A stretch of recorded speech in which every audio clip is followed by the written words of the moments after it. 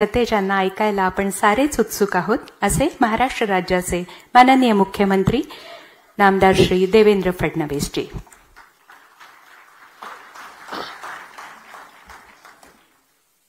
हिंदवी स्वराज्याचे सरसंस्थापक छत्रपती शिवरायांना मानाचा मुजरा करतो। भारतीय राज्यघटनेचे शिल्पकार भारतरत्न डॉक्टर बाबासाहेब आंबेडकर यांना मानवंदना अर्पित करतो। क्रांतीवीर चापेकर स्मारक लोकार्पण सोहळ्याच्या निमित्ताने मंचावर उपस्थित असलेले सन्माननीय उपमुख्यमंत्री अजितदादा पवार, मंत्रिमंडळातले आमचे सहकारी चंद्रकांत दादा पाटील, जयकुमारजी रावल, उपाध्यक्ष अण्णाजी बनसोडे, खासदार श्रीरंगप्पा बारणे, आमदार महेशदादा लांडगे, शंकरजी जगताप, अमितजी गोरखे, उमाताई खापरे, प्रशांतजी बंब, विनयजी सहस्त्रबुद्धे, या स्मारकाच्या निर्माणामध्ये ज्यांचा महत्त्वपूर्ण योगदान राहिलंय ते आदरणीय पद्मश्री गिरीशजी प्रभुणे, मंचावर उपस्थित चंद्रकांत पलकुंडवार, विनय कुमार चौबे, शेखर सिंग, जितेंद्र डुडी, या ठिकाणी चापेकर परिवारातील श्री प्रशांत चापेकर, श्रीमती प्रतिभा चापेकर, श्रीमती स्मिता चापेकर, श्री चेतन चापेकर, मानसी चापेकर, जान्हवी जोशी, सर्वच समोर उपस्थित असलेले मान्यवर भगिनी आणि बंधूंनो, आज खरोखर अतिशय मनाला आनंद आहे, समाधान आहे की क्रांतीवीर चापेकर बंधूंच्या स्मारकाच्या लोकार्पण सोहळ्याला आम्ही उपस्थित आहोत। पूर्वी या स्मारकाच्या भूमिपूजनाच्या वेळी सहभागी होण्याची संधी मिळाली आणि आता लोकार्पणाची देखील संधी मिळते, याकरता मी खरोखर स्वतःला अत्यंत भाग्यशाली मानतो। अतिशय सुंदर अशा प्रकारचं हे स्मारक या ठिकाणी तयार झालंय। तंत्रज्ञानाचा अतिशय उत्तम उपयोग या स्मारकामध्ये करण्यात आलेला आहे। एकूण त्यांच्या जीवनातले 14 प्रसंग या ठिकाणी आपल्याला पाहायला मिळतात। त्याच्याकरता अतिशय सुंदर असे पुतळे जे तयार करण्यात आलेले आहेत ते बघितल्यानंतर प्रत्यक्ष ती व्यक्तीच तिथे बसली आहे असं वाटावं, इतकं सुंदर त्या ठिकाणी हे काम करण्यात आलेलं आहे। त्याच्यासोबत दृकश्राव्य माध्यमातनं तो प्रसंग आपल्याला समजून घेता येतो अशा प्रकारची व्यवस्था करण्यात आलेली आहे। आणि या प्रसंगातूनही हा परिवार कसा होता, त्यांचे संस्कार कसे होते, त्यांची विचाराची पद्धत काय होती, या सगळ्या गोष्टी आपल्याला पाहायला मिळतात। आणि त्यासोबत सगळ्यात वर गेल्यानंतर एकीकडे आपल्याला एक प्रसंग ते कारागृहात असतानाचा, आणि कारागृहात असताना फाशी होणार आहे आणि त्यावेळी फाशीच्या आधी त्यांनी भगवद्गीता मागितलेली आहे, तो प्रसंग आपल्याला पाहायला मिळतो। आणि दुसरीकडे सगळ्यात वर गेल्यानंतर जो खरा प्रसंग आहे रँड वधाचा, तो प्रसंग देखील आपल्याला पाहायला मिळतो। खरं म्हणजे आपल्याला कल्पना आहे की जेव्हा पुण्यामध्ये प्लेगची साथ आली होती त्यावेळी इंग्रजांनी एक जुलमी कायदा तयार केला आणि या कायद्याने इंग्रजी अधिकाऱ्यांना किंवा त्यांच्या पोलिसांना कोणाच्याही घरात शिरून कशाही प्रकारचा व्यवहार करणं, कोणालाही उचलून नेणं आणि आयसोलेशनला टाकून देणं, अशा प्रकारचे सगळे अधिकार प्राप्त झाले होते। आणि एकीकडे पुण्यामध्ये प्रचंड लोक मृत्युमुखी पडत असताना लोकांवर सातत्याने इंग्रज आघात करत होते। कोणाच्याही घरी जायचं, संपत्ती जप्त करायची, लोकांना उचलून घेऊन जायचं, त्यांच्या देवदेवतांना नष्ट करायचं, त्या ठिकाणी अपमानित करायचं, आणि अनिर्बद्ध अशा प्रकारची अवस्था झाल्यामुळे खरं तर या पुण्यातले सगळे जे नागरिक होते हे अतिशय विषण्ण अशा प्रकारच्या अवस्थेमध्ये होते। खूप मोठ्या प्रमाणात अन्याय अत्याचार चालले होते आणि अशातच ही शक्ती मिळाल्यामुळे ज्या ज्या प्रकारचे अत्याचार करता येतील त्या सगळ्या प्रकारचे अत्याचार, अनाचार, दुराचार हे त्या इंग्रजी महासत्तेच्या माध्यमातून होत होते. आणि अशा या परिस्थितीमध्ये ज्यावेळेस एक प्रचंड अशा प्रकारचा राग पुणेकरांच्या मनामध्ये होता आणि हा राग कुठेतरी हे थांबलं पाहिजे अशा प्रकारची मानसिकता होती. एक भाव होता की यांना शिकवलं पाहिजे, शिकवण दिली पाहिजे अशा प्रकारचा भाव होता. आणि त्यावेळी लोकमान्य टिळकांनी देखील हा भाव व्यक्त केला की कोणीतरी तर हे केलंच पाहिजे, आपण का सहन करतो. आणि आपल्याला माहिती आहे शेवटी लोकमान्य टिळक आणि स्वातंत्र्यवीर सावरकर ही दोन व्यक्तिमत्व अशी आहेत की ज्यांनी हजारो क्रांतिकारकांना प्रेरणा दिली, त्यांच्यातलं स्फुल्लिंग जागृत केलं, त्यांच्या सळसळत्या रक्तामध्ये स्वातंत्र्य लक्ष्मीची अर्चना तयार केली. आणि तसंच टिळकांनी मांडलेला हा विचार कुठेतरी चापेकर बंधूंच्या मनामध्ये, डोक्यामध्ये जाऊन बसला. त्यांच्याही मनात होतंच की अन्याय सहन करायचा नाही. आणि मग त्यांनी त्या ठिकाणी ज्यावेळेस राणीचा तो काही सोहळा होता त्या सोहळ्याच्या दिवशी हा निर्णय केला की आता हे सगळे लोक त्या इंग्रज अधिकाऱ्याकडे पार्टी करतील आणि तिथनं ज्यावेळेस निघतील त्यावेळी तो वध करायचा.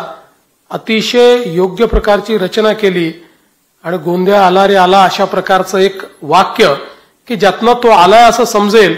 पहिल्यांदा गाड गेला पण हे थांबले नाहीत आणि बरोबर त्या रँडचा वध हा त्या ठिकाणी त्यांनी केला.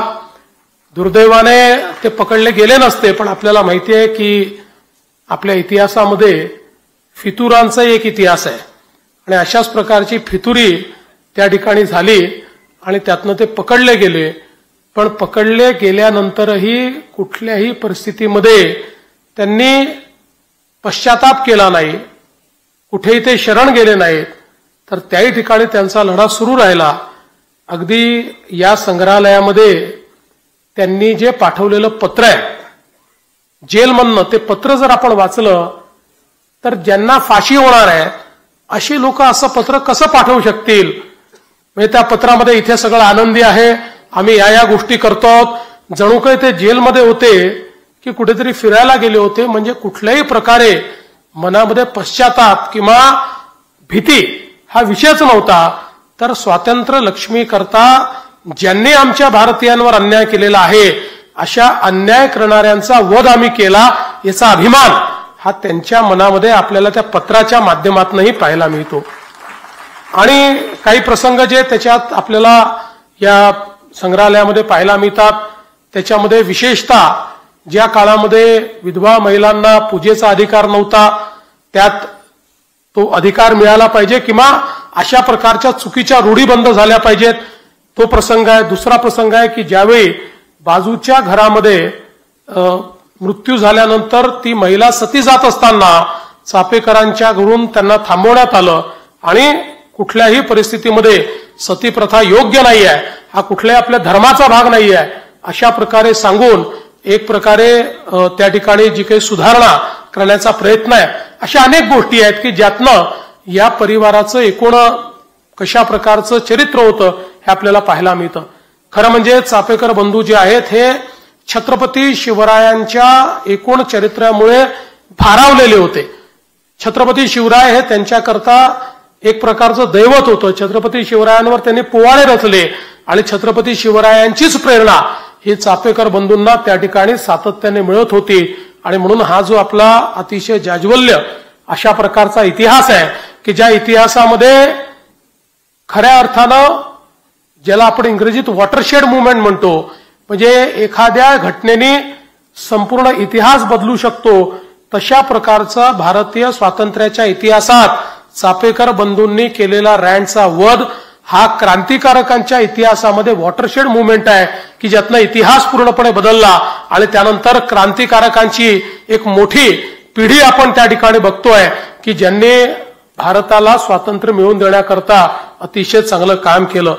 खरं म्हणजे देशाचे प्रधानमंत्री माननीय नरेंद्र मोदीजी यांचे मी आभार मानेन, कारण दुर्दैवाने केवळ बोटावर मोजण्या इतक्या क्रांतिकारकांच्या गाथा आपल्याला माहिती होत्या, पण मोदीजींनी देशभरामधल्या 12,500 क्रांतिकारकांच्या कथा आणि गाथा या शोधून काढल्या आणि त्या आपल्यापर्यंत पोहोचवल्या. आणि हे स्वातंत्र्य आपल्याला मोफत मिळालेलं नाही. या स्वातंत्र्याकरता किती बलिदान दिलेलं आहे, किती लोकांनी स्वतःच्या प्राणाचं अर्पण केलेलं आहे, हे देखील यातनं आपल्या नव्या पिढीपर्यंत पोहोचवण्याचं काम हे मोदीजींनी केलेलं आहे. मला असं वाटतं की आता हे जे काही स्मारक या ठिकाणी बनलेलं आहे, हे स्मारक अतिशय सुंदर आहे. त्याच्यासोबत आता राष्ट्रीय स्मारक होणार आहे, ज्याच्यामध्ये भारताचा पूर्ण इतिहास, कारण शेवटी जो भारत जगाच्या पाठीवर सर्वात उत्तम देश होता, सर्वात श्रीमंत देश होता, असं सांगतात की 9व्या शतकामध्ये देशाच्या जगाच्या व्यापारात 37% वाटा एकट्या भारताचा होता. आणि भारतामध्ये इतकी श्रीमंती होती म्हणूनच हे सगळे लुटारू भारत लुटण्याकरता यायचे. त्या भारताचं कसं सामाजिक आर्थिक पतन झालं हे जर आपण समजून घेतलं नाही, कशा प्रकारे विविध व्यवस्था आपण उभ्या केल्या की ज्या व्यवस्थांनी आपल्या समाजाला दुभंग केलं, आपल्या समाजामध्ये त्या ठिकाणी विषमता निर्माण केली आणि त्यातूनच गुलामगिरीकडे आपण गेलो, हे जर समजून घ्यायचं असेल तर आपला संपूर्ण इतिहास आपल्याला समजावा लागेल.